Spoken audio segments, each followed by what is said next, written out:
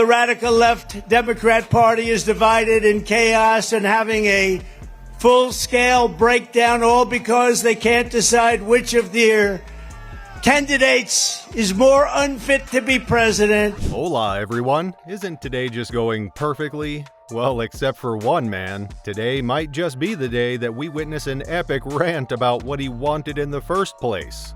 When it comes to the Donald Trump bloodline, anything is right when it suits them, but wacko when they're in hot water. However, the justices ordered lower courts to figure out how precisely to apply their decision to Trump's case. The High Court ruled 6-3 today that Trump may claim immunity from criminal prosecution for his official acts, but not his private conduct. It hasn't been long since the Supreme Court ruled in favor of former President Trump, granting him immunity over charges pressed against him, which he committed while still in office on July 1st, 2024. Well, we might be considering granting Thanos a pass at this point. In a 6-3 decision from the Supreme Court, the justices issuing a hybrid ruling on the case of presidential immunity, while ruling the president has absolute immunity for core constitutional powers.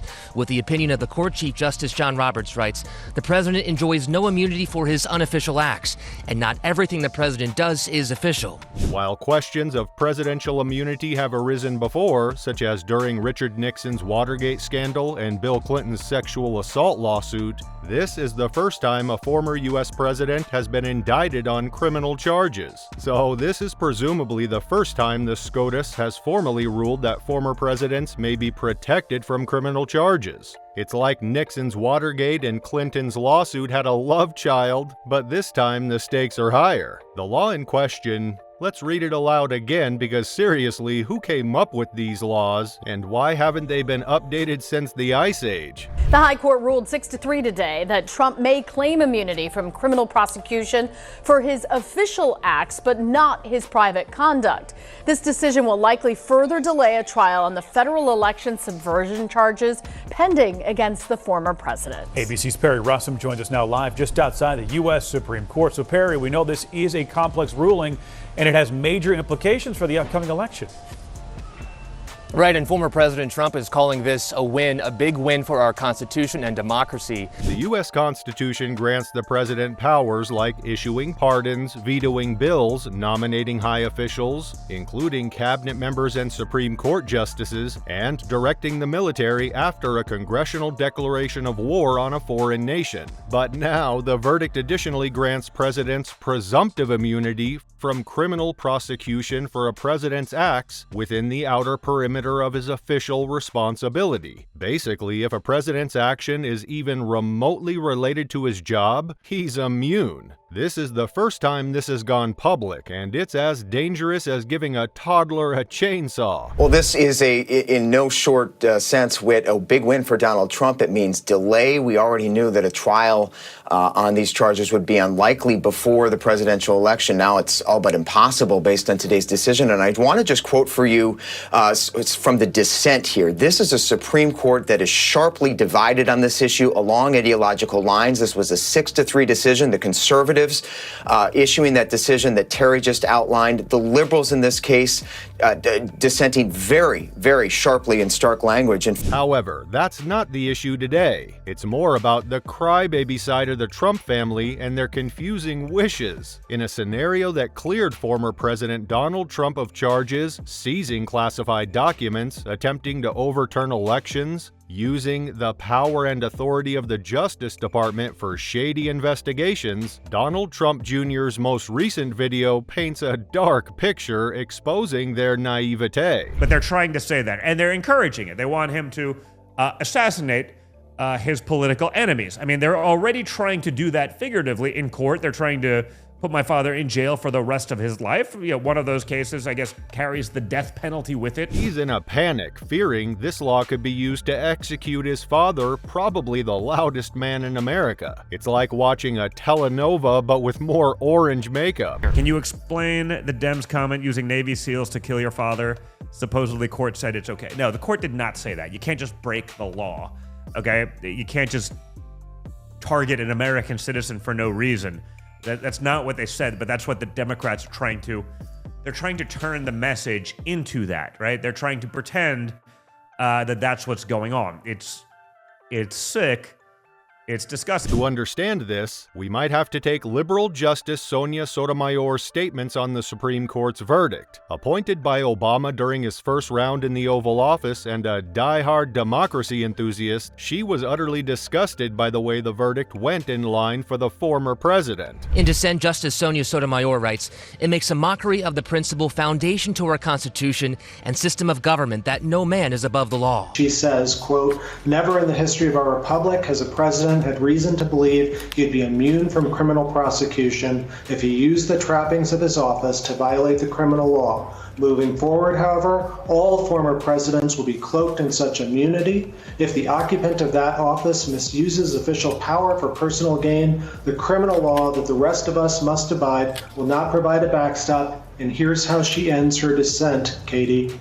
"With fear for our democracy, I dissent." Liberal Justice Sonia Sotomayor didn't mince words. She condemned the verdict, writing, "The President of the United States is the most powerful person in the country and possibly the world. When he uses his official powers in any way under the majority's reasoning, he now will be insulated from criminal prosecution. Orders the Navy's SEAL Team 6 to assassinate a political rival? Immune. Organizes a military coup to hold on to power? Immune. Takes a bribe in exchange for a pardon? Immune, immune, immune, immune." He now will be insulated from criminal prosecution.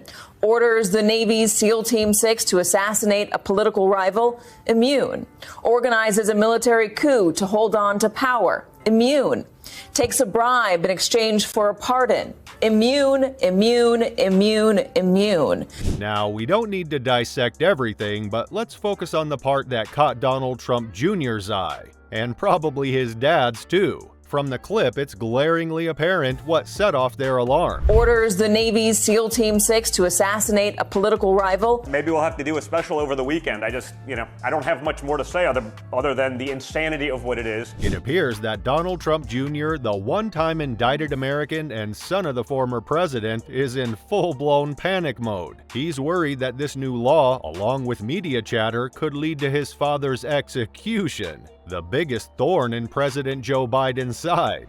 Today's Supreme Court decision on presidential immunity, that fundamentally changed. Will you shut up, man? Listen, who is on your list, Joe? Who's on your list? In this scenario, President Biden would walk away scot-free thanks to his presidential immunity shield, while Trump Sr., already a convicted felon on paper, could be portrayed as a corrupt candidate. Imagine Biden having Trump taken out, just like Putin allegedly did with Alexei Navalny. It's like a plot twist straight out of a spy novel. If the president decides that his rival is a corrupt person and he orders the military or orders someone to assassinate him, is that within his official acts that for which he can get immunity? It would depend on the hypothetical, but we can see that could well be an official act. It's laughable that some conservatives see these statements as genuine threats. This whole idea was cooked up by Trump's lawyers and served to liberal Justice Sotomayor on a silver platter. It's a political soap opera, and Donald Trump Jr. is playing the role of the dramatic hero poorly.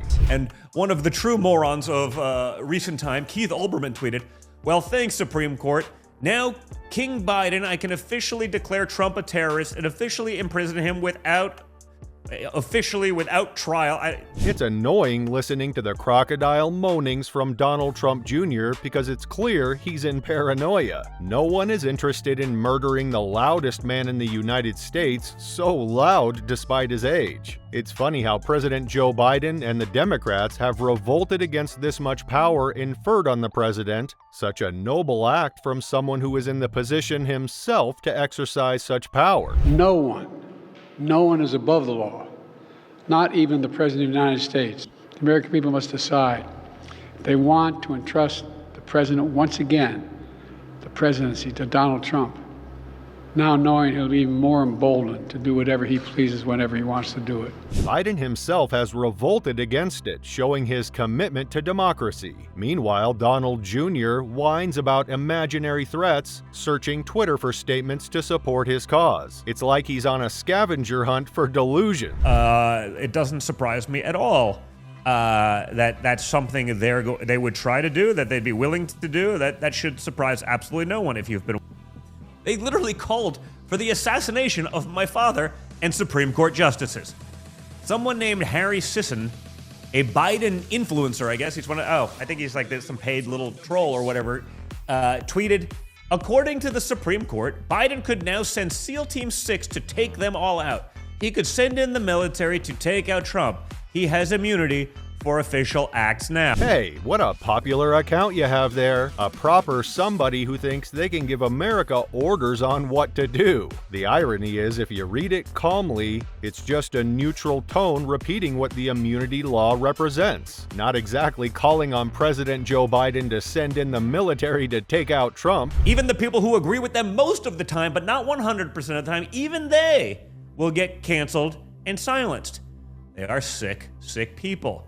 They know they won't win at the ballot box, so they have to destroy their enemies by any other means possible. But of course, Trump Jr. won't rest from scrolling through tweets to keep his content mill running. This is just another unreasonable and obvious sarcastic tweet that he's decided to take literally. Talk about dedication to the cause. Remember, folks, when people tell you who they are, believe them. What we do know now is that they're saying the quiet parts out loud.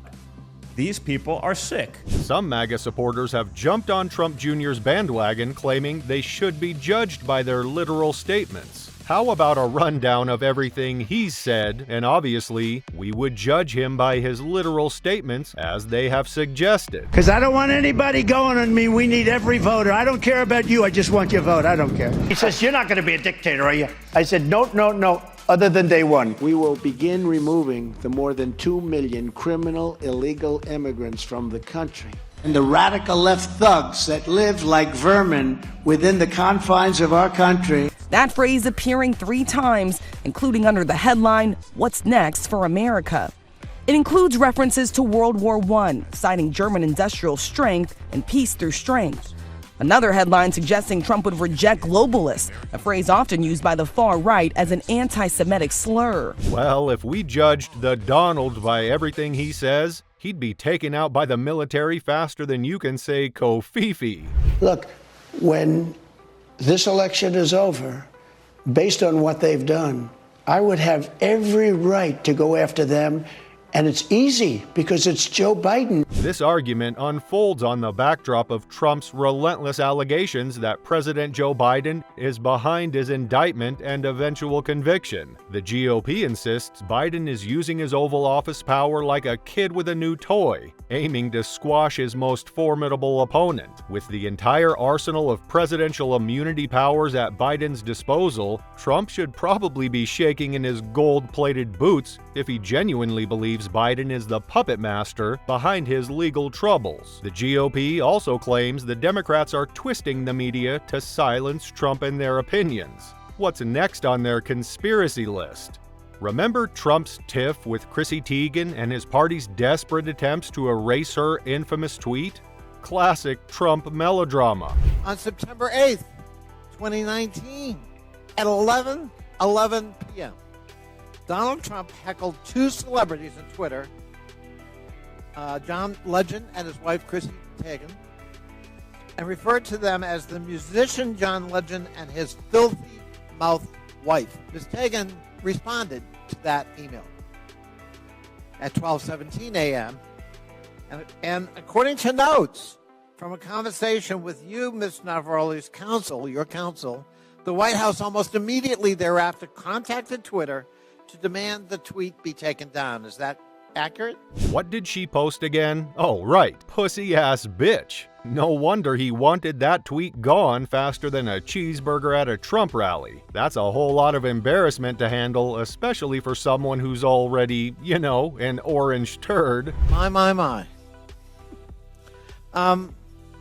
You ever think it's appropriate for the President of the United States to direct or otherwise influence a social media company to take down its content? We've seen they want to jail their political opposition. We've watched them silence their political opposition. We've watched them censor them. We've watched them collude with big tech to do that. The podcast drags on with more whining about things the former president is actually guilty of. He only got an immunity bail after trying to overturn the 2020 elections. And the narrator? He's the same guy who texted Mark Meadows about flipping the election. Just wow. The Capitol Police tweet is not enough. Mr. Meadows replied, "I am pushing it hard. I agree." Don Jr. responded, "This is one you go to the mattresses on. They will try to f his entire legacy if it gets worse." That is their only choice.